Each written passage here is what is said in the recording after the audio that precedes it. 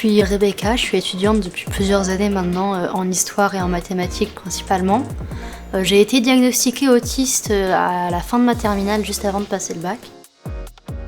Mes particularités autistiques peuvent me donner des difficultés à l'université, pas d'un point de vue académique, où je suis à peu près au même niveau que la plupart de mes camarades, mais des difficultés à cause de l'environnement et qui m'empêchent de pouvoir apprendre dans les conditions qui me permettraient le mieux de réussir. On peut être autiste et étudiant, c'est déjà important quand même de le mentionner parce que tout le monde ne le sait pas. Mais ce que ça signifie en fait, la plupart du temps, c'est qu'on a des particularités, en particulier des particularités cognitives, un fonctionnement qui est particulier, qui est différent, mais ça se voit pas. Les gestes que je fais par exemple, les expressions que j'ai sur mon visage, eh bien ce sont des choses qui peuvent être difficiles à décoder pour des personnes autistes. Il y a des travaux qui ont été conduits auprès d'enfants aux États-Unis, d'enfants autistes aux États-Unis, et qui montraient qu'ils apprenaient mieux, pour certains d'entre eux en tout cas, quand un personnage dans la vidéo était remplacé par un avatar. Et on s'est dit, on pourrait essayer de faire la même chose.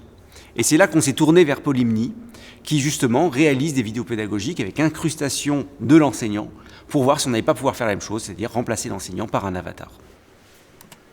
Bonjour, je suis Paulo Carrillo-Rousse, enseignant-chercheur de l'Institut. Polymni, justement, c'est un outil qui va permettre de regarder ses cours à distance dans des conditions optimales qu'on va pouvoir paramétrer. On a utilisé l'intelligence artificielle pour la synchronisation entre le discours et les mouvements de la bouche. Bonjour, je suis Rémi et je commente le cours de Paulo Carrillo-Rousse.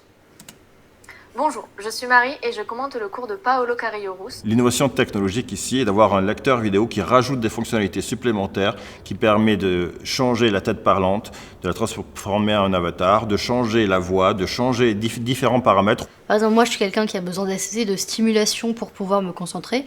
Du coup, je vais choisir un décor un peu chargé pour que mon cerveau ne soit pas en train de tourner à côté. Après, je sais qu'il y a certaines personnes qui, eux, au contraire, ont besoin de quelque chose de très épuré. Là aussi, c'est possible. Il n'y a pas deux autistes qui sont pareils, il n'y a pas des autismes qui sont identiques.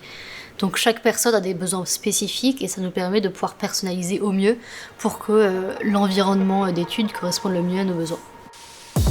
Bonjour, je suis Marie et je commente le cours de Paulo Carrillo-Rousse, enseignant-chercheur de l'Institut mathématique de Toulouse, et je vais vous parler des nombres complexes. C'est un outil qui est conçu pour les étudiants autistes, avec des étudiants autistes qui participent à la création de cet outil. On avait vraiment essayé de faire en sorte que ça soit accessible, et en l'occurrence, les retours nous ont montré que l'outil était vraiment facile à prendre en main. Nous allons voir comment calculer le coefficient de réduction entre deux triangles semblables. Maintenant, l'objectif pour Polymni et pour ASPIFriendly, ça va être de trouver des financements pour aller plus loin, donc pour travailler sur améliorer les avatars, améliorer la prise en main et aller toujours plus loin dans la finesse de paramétrage. Nous, on le rendra plus adapté aux étudiants autistes, on leur rend aussi un outil de meilleure qualité, un outil plus utilisable par tous.